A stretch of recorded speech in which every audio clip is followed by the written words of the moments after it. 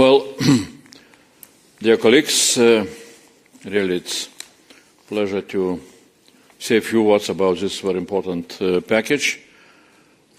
My colleagues explained in quite detail everything, so I would like to start first of all from thanking my colleagues and all the college, and especially my cabinet people and all the services which did really this very important job. So now what perhaps I would like to add to what commissioners and vice president were saying. First of all, definitely it's very clear that we're living in special times. That is what still we need to understand. And perhaps the best way how the special times were described was done by Mark Rutte, who said, I quote, "We are not at war, but we are certainly not at peace either." So we are not at war, but also not at peace. That's what is most important for us to understand. Really, for the first time in a generation, the risk of large-scale conventional attack in Europe has re-entered the strategic calculus. And also we know that our own readiness for defense and deterrence is not sufficient.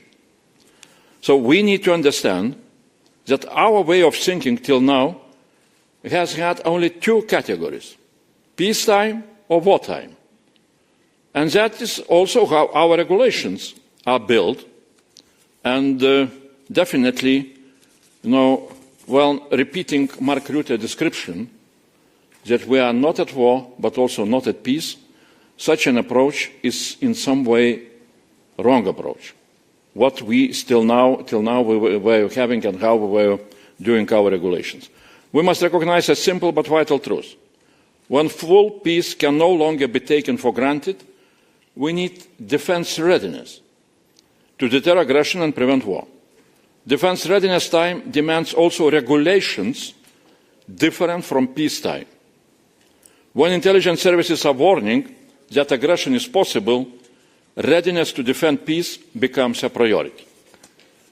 We now urgently need to get into shape, get our peacetime European Union body ready for defense, fit for self-defense, and fit for defense readiness. My colleagues have spoken about what we did till now, like joint white paper on European Defence Readiness 2030, also Rearm Europe programme, which really commits to mobilise big amounts of money. But again, I can repeat what Valdis was saying here. Money alone, however, is not enough. If traditional red tape, which maybe is fit for peacetime, will kill industrial efforts to ramp up production. So now we need rules that give industry, armed forces and investors speed, predictability and scale. And this Omnibus is a legal vehicle that adapts peacetime legislation to current geopolitics, which demands defence readiness.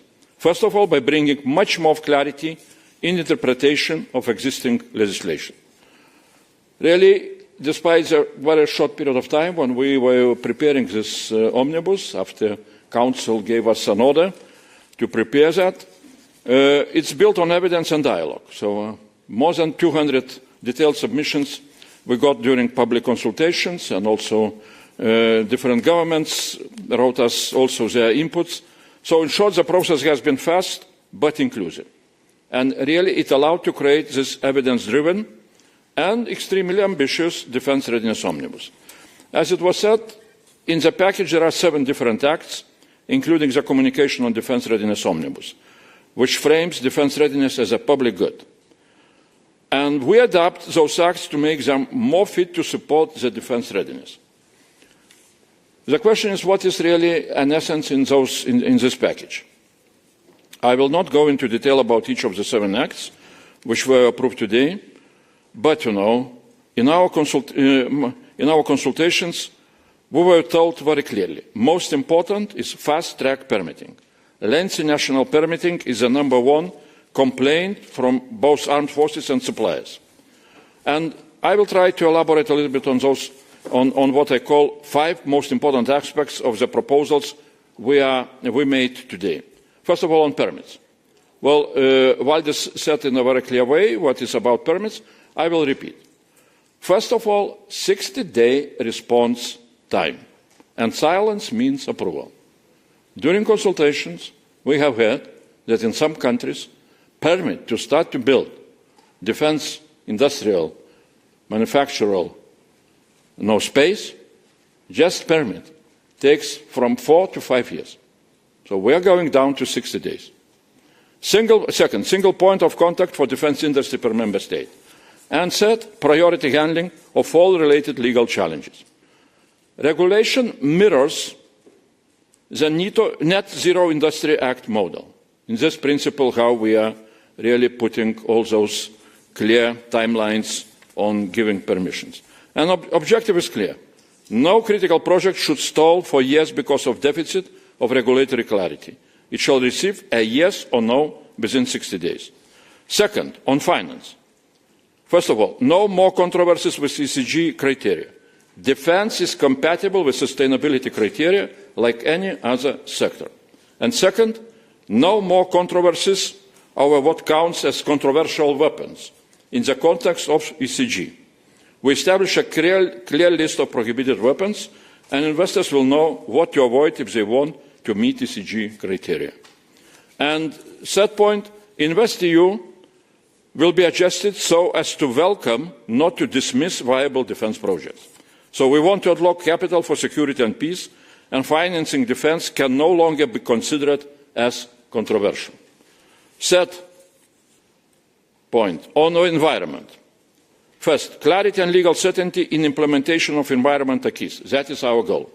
Without opening the environment acquis, we want to confirm that, I quote, public safety overriding public interest and crisis, the language which is used in different environment acquis regulations, that this is also include defense readiness. This is no new legislation, just a new legal certainty. And second, we want our chemical legislation to take defense into account because our defense readiness relies on chemicals for explosives and firing ammunition. We want to keep the discretion of member states to use exemptions, and we want to make it simpler to use exemptions in defense, not only in a case-by-case approach, but also for defense industry in general. And fourth, on economic conditions. First, we want our competition rules to not prevent our defense readiness. We give a clear guidance how we will treat mergers and state aid in the defense industry. And second, we want to engage with governments and social partners whether it is necessary to address a working time directive in view of military personnel to support defense readiness. And the fifth point in general, what is important in that package. And this is related with EU defense-specific instruments, on European Defence Fund, on defence procurement directives, and on intra-EU defence transfers. We want to make defence-related regulations, first of all, simpler and more flexible, really ready for innovations and to benefit from Ukraine's experience. We want to reduce the paper load and reporting. With increased threshold for application of European procurement rules, we want to liberate resources of member states to focus on bigger procurements, and with the new innovation procurement, we'll tap into innovation potential and startups, SMEs and mid-caps. We want procurement to be able to support disruptive innovations. And also, we want to create conditions for a supply chain that is European by design and approaching single market principles with simpler and faster licensing for transfer of defence products in the Union. When transfer with global transfer license will go down to 3 days instead of 6 or 7 weeks with simple individual transfer license, which is used now. So, and in conclusion, our package proves that speed is not the enemy of accountability. Deadlines will be tight, but the standards that we aspire to remain in place. Let us prove together that Pax Europaea is not just our inheritance, but today also our shared responsibility. Our defence readiness is a shared responsibility, also with the Council and the European Parliament. We hope that institutions will discuss and approve this omnibus with the same urgency as we prepared it. Thanks a lot.